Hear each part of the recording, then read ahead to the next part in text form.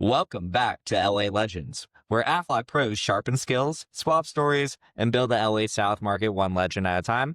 I'm Michael Fisher. And I'm Michelle Lee. Today's guest is someone who proves that bold moves create big results. David Randall, our RSC, not only to transition into a completely new industry, but also led his team to hitting his 300% quota consecutively, and an incredible start to his leadership journey with Aflac. Awesome. Well, David, welcome. I'm excited just because I witnessed your Aflac origin story. You were one of, if not the most important hire that I've made when I was a regional sales coordinator. We are going to do a little bit of your origin story back in, I think, 2016, 2017. We're in Pasadena, California. You are walking into a Aflac office that's above a cheesecake factory. What brought you into that initial interview? And can you tell us a little bit about your Aflac or your background pre-Aflac? Well, at that time, I knew what I call the rat race or my previous career wasn't working out for me. The Fortune 500 companies that I would work for previously, I was on a cycle of 5 to 6 years being an overachiever, overperformer, but I was going to get laid off. And the other part of that story is that I wanted to get a job that was local, flexible, and allowed me to be a husband and a dad because I wanted to be present in my kid's life, and Aflac sort of represented that to me. Then it was all completely smooth and easy transition, and now you're here. That's so fantastic. Well, the first 90 days were not as smooth as I'd like, but after that, it was all downhill skiing. Struggling to connect with business owners? The Site Seller gives you the facts, talking points, and solutions you need right at your fingertips. Build trust, show value, and close deals with confidence. Site Seller, where conversations turn into partnerships.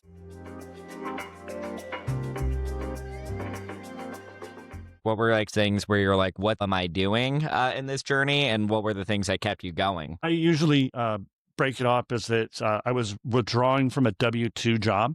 And so in that world, I was, hey, you get paid every 2 weeks. And I didn't really figure that out for a while. And then it sort of clicked into me that listen and follow directions and do what your leader's asking you to do. That sort of solved. And that leader would be Mikey. And Mikey was asking us to make phone calls and do elevations. And before then, I would, make a few phone calls, do a few elevations, and get distracted by the freedom. Then I went back to what had worked for me in the past, which is, hey, work 9 to 5, get organized, do the job, and as painful as possible. I found out one of my weaknesses is that I could not actually go out and do it alone. So I just became the most organized person there and dragged somebody with me. As long as I had somebody standing next to me, I could do the walk through the door.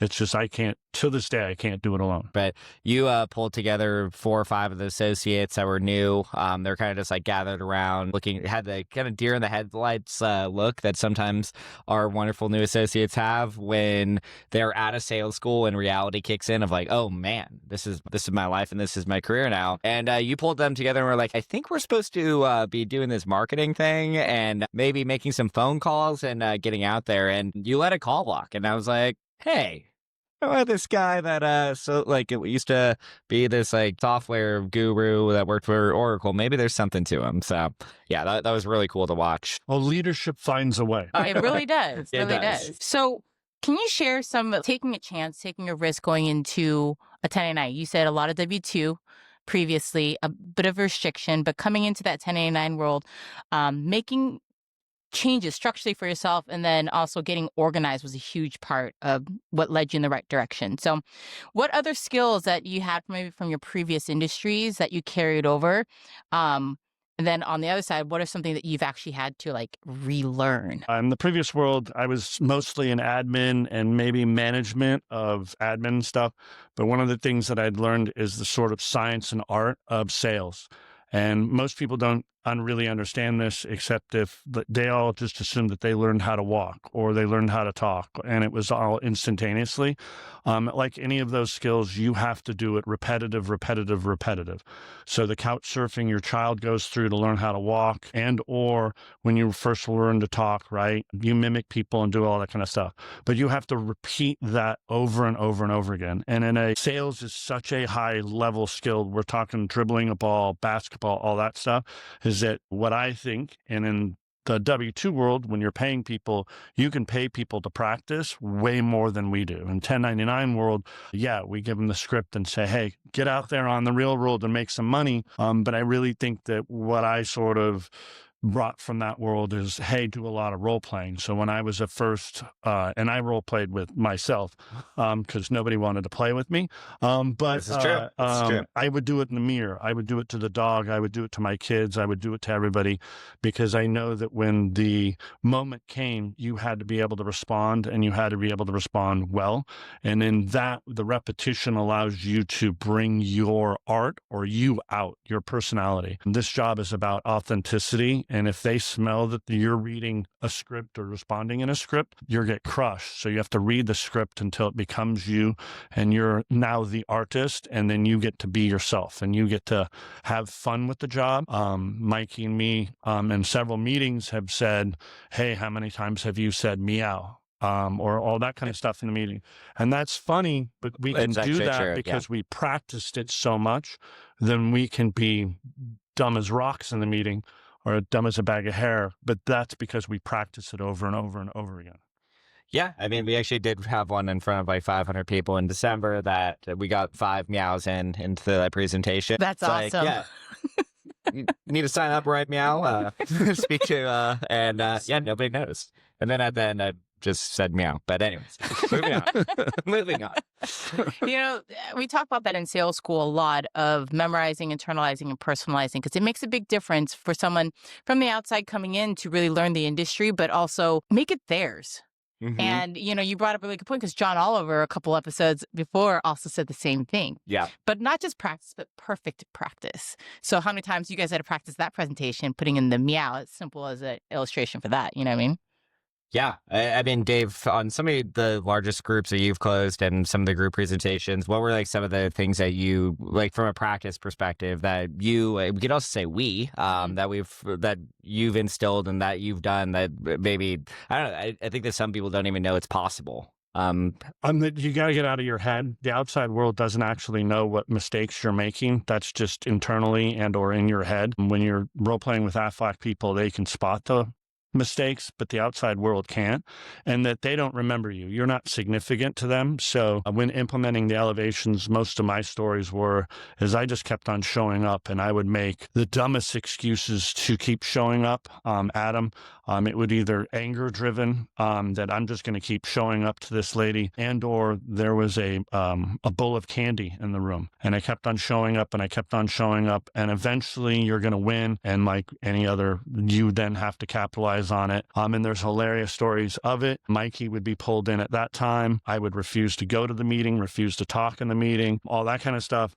because I had already done all the hard work. I've gotten the meeting, then had the meeting, and on one of them I already had the ER, but I needed him to carry it the last 5 yards, and then I didn't even say any words in that. And the other one, I decided not even to go to the meeting, because you just have to know, just to get out of your own head. They don't know what's going on, you do. So you have to be very forgiving. You have to be patient with yourself, and you gotta sort of just say, hey, I'm just going to keep doing this till it works, and it eventually will. Most people give themselves too little time, are not very patient, they're not very forgiving to themselves, and then they usually quit 2 to 3 weeks right before the pipeline bursts on them and make money. That's the most critical mistake. Just keep doing this until you're successful.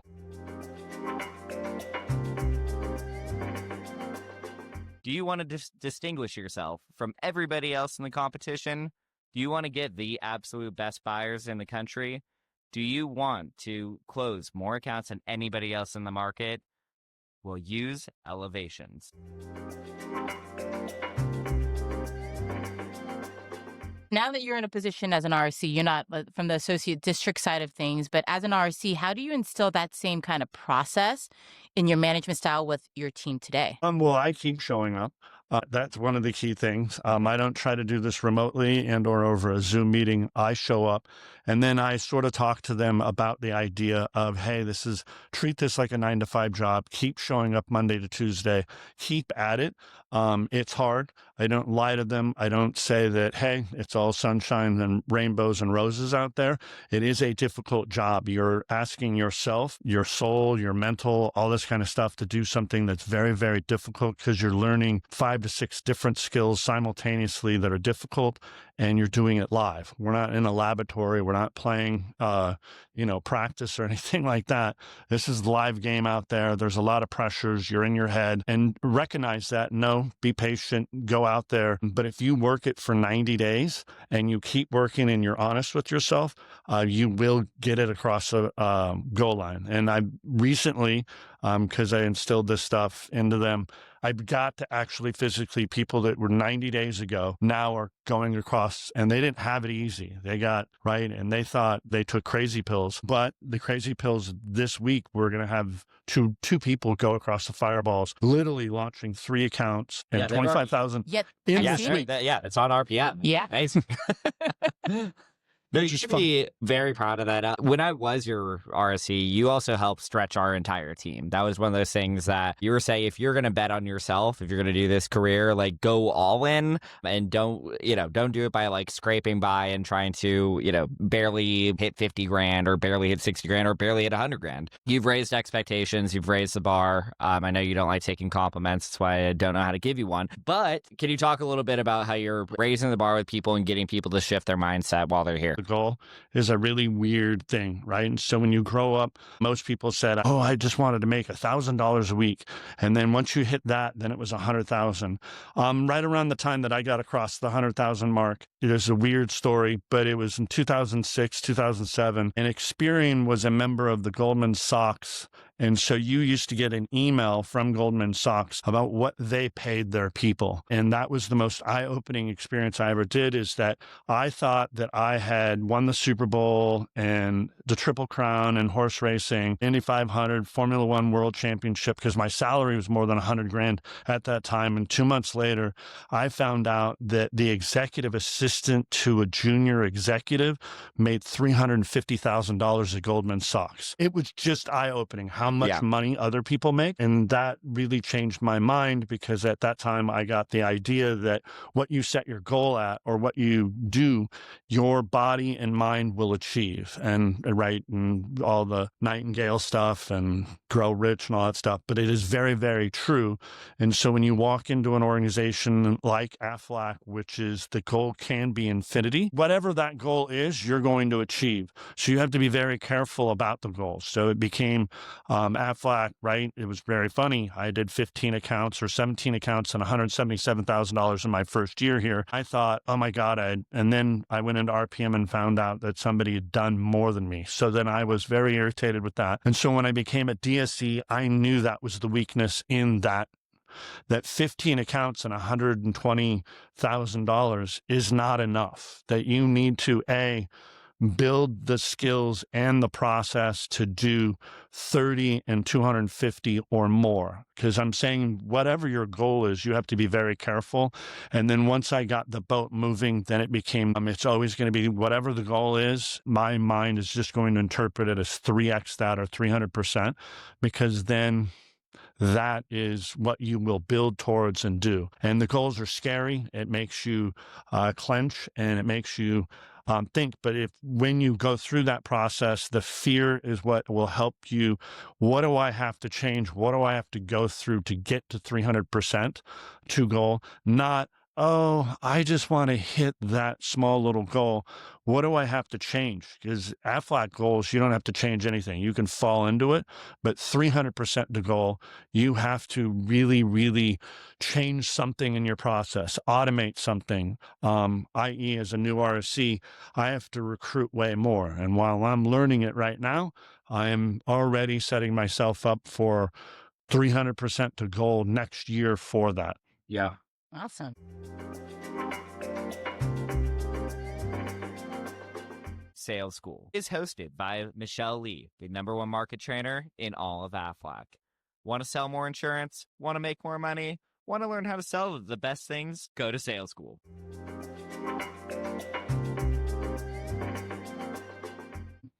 So, what habit systems or routines have made the biggest difference in actually achieving that number? Because it's one thing to say it, it's one thing to set your mind to it, but it's daily, weekly stuff that actually makes you or helps you get there. Biggest one is show up and go to the gym.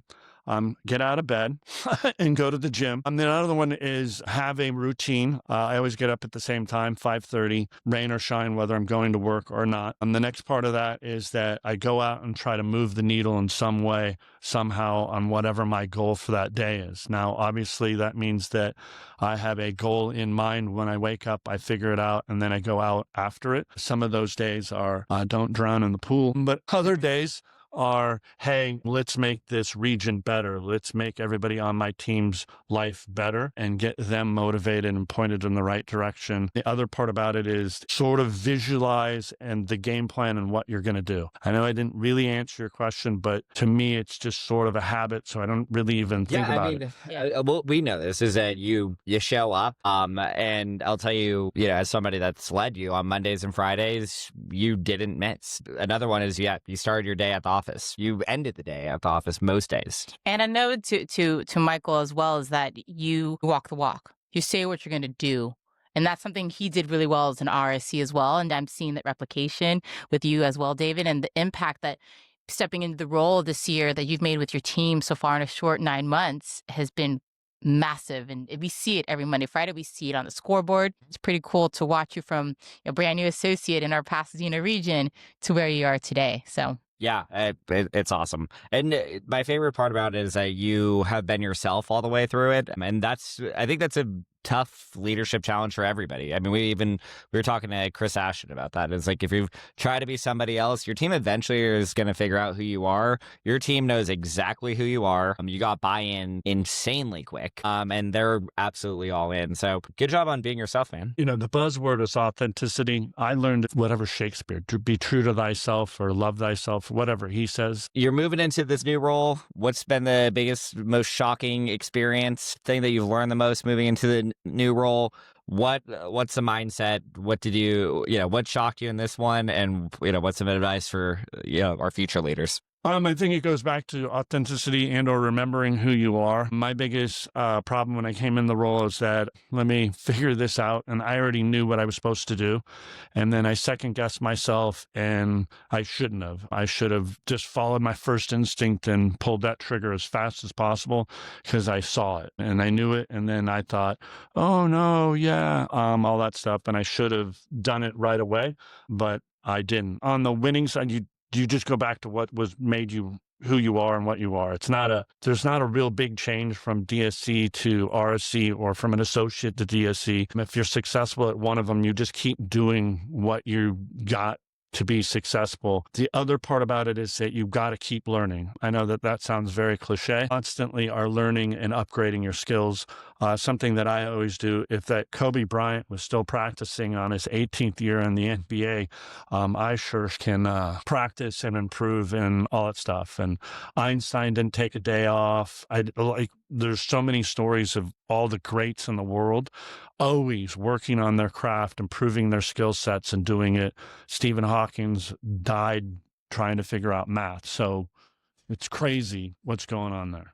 Yeah, it is. All right, we are going to move into Michelle and I's favorite segment, and we should get a sponsor for our rapid fire segment one day. We should, absolutely. All right, you go first this one. Okay. So what $300 or less purchase you've made this year that has most improved your work life? Rulers for the team. Awesome. Okay. If you had a billboard over, because you drive on this freeway every day, the 405 that your team had to read on the way to and from the office, it could be a message, it could be a saying, it could be, what would it be that they read every single day? Just keep swimming and you'll get to 300%. So sort of a take off the Disney thing, and then 300%. Yeah, I actually set that as a goal to every individual on my team, 300%.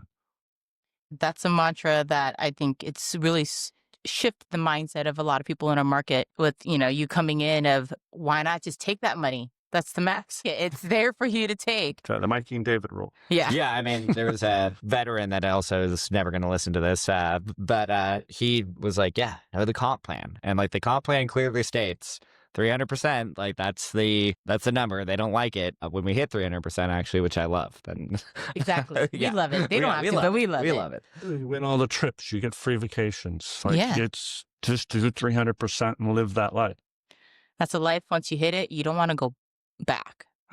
Not going back. Yeah. So the last one is that if you could have dinner with someone, living or dead, who would it be?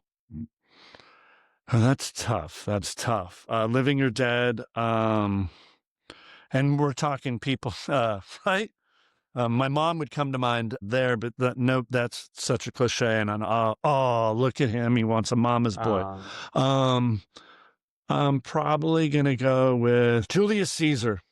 That's a good one. All right. Yeah. Okay. Yeah. We'll take There's that. so many. It's like, so many. yeah, I love that you put that one just because he's read, I think, 150 biographies at this point. Be So Julius Caesar or J.D. Rockefeller.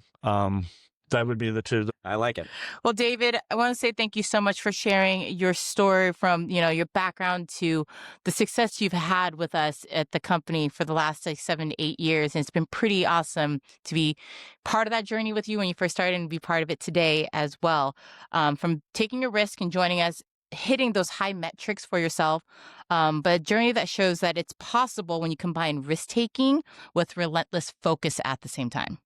Absolutely. It's been so awesome watching you do this. And yes, this was not a movie montage, David's career. He had to dig deep again and again and again. And It's on the freeway a few times. yeah, I maybe had to hit him with a couple Venmos here and there, but that was definitely absolutely worth it, where I'd be like, David, this has to be for $15, man. It's fine. I got you. But no, I'm so proud of you, and I can't wait to watch where this thing is going to go, because it's going to go to some pretty special places. So.